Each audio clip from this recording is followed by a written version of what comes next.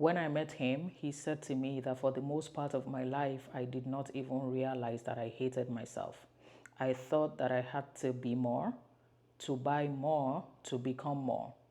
So if this sounds like you, that you desire to feel good enough, welcome on board as I talk about how to finally love yourself. I have 5 beautiful points that I've written down today to share with you. And guess what? When I have to write down, it's powerful.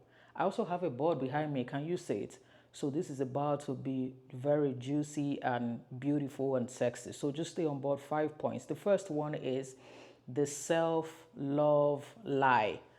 The self-love lie. What does that mean? I will try and read it here. I said sometimes we condition our self-worth on achievements, on our weight, on our validation, on our bank accounts, or on promotions, on the type of car that we drive, the type of passport that we have, where we live, whatever that is. Sometimes we condition our self-worth on the external.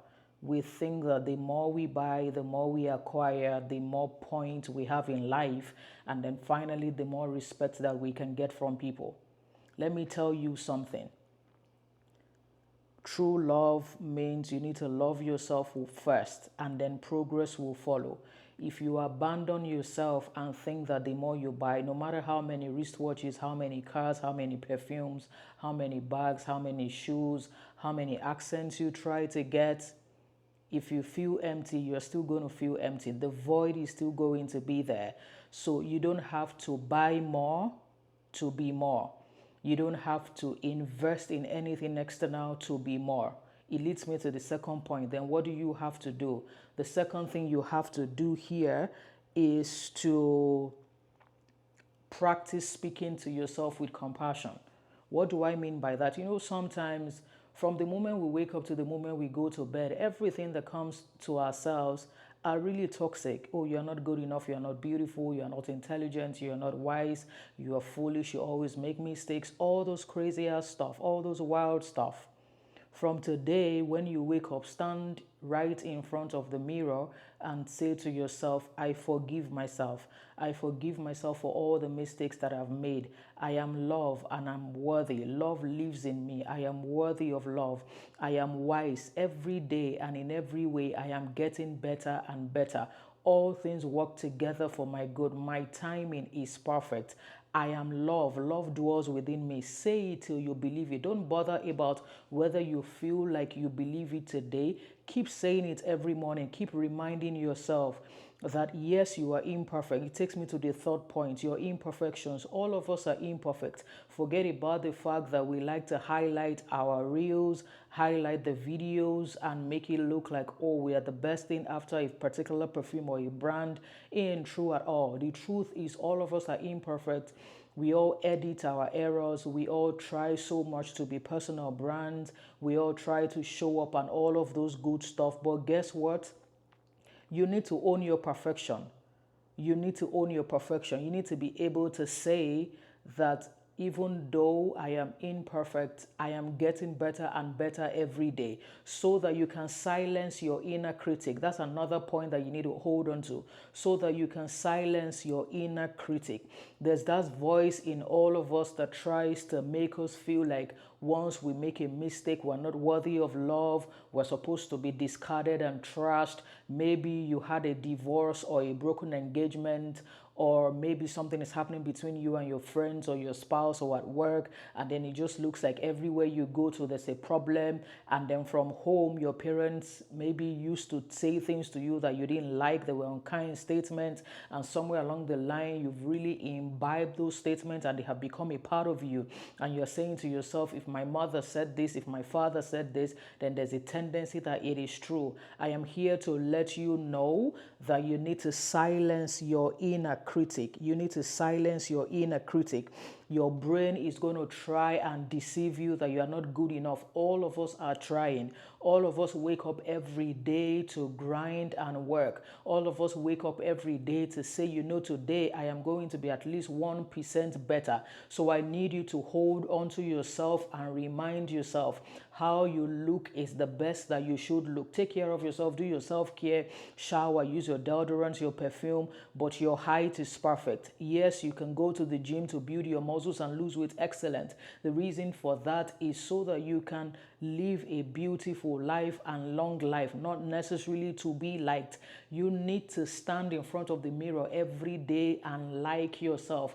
And finally, stop the comparison. Social media and real life, Twitter, LinkedIn, everybody is successful on LinkedIn. Just a few of us. I remember one time I wrote an article titled How I Knew I Was the Toxic One or something. It was something that happened years ago that I just chose to write about that day.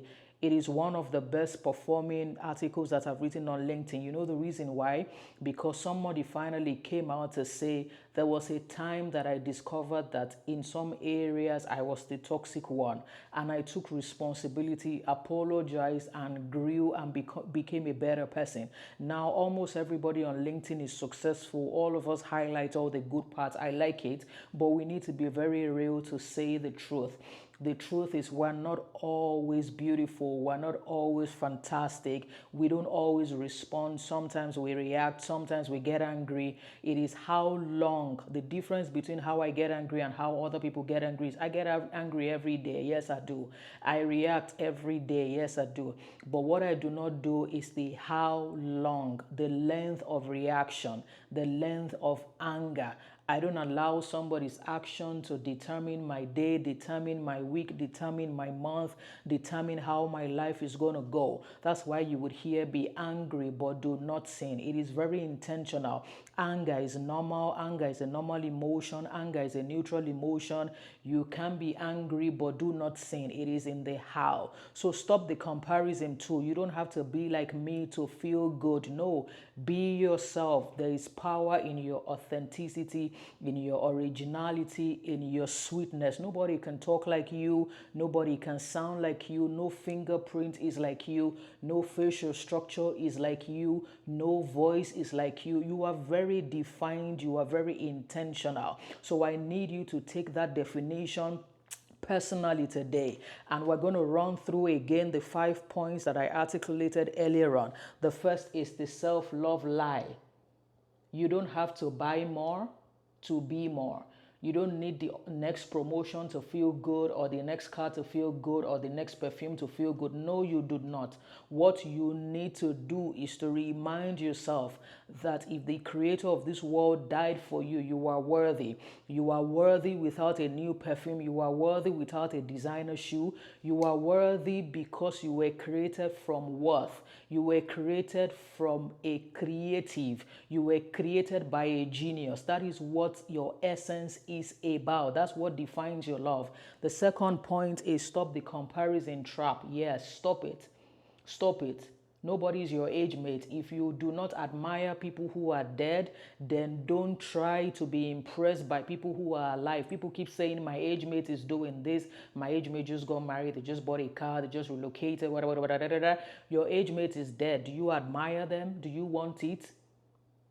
Stop the comparison trap. Take it easy. Take it easy on yourself. We all fail and we fail forward. Take it easy on yourself. Third point, speak to yourself with compassion.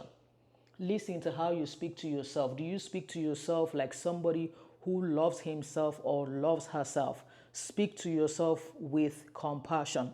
Number 4, embrace your imperfections. Finally, rewire your inner critic. Rewire your inner critic.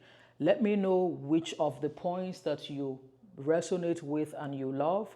And remember to share, remember to like this video, remember to subscribe, and remember to comment. Let me know which of the points resonated with you and was your best point. I'll see you again.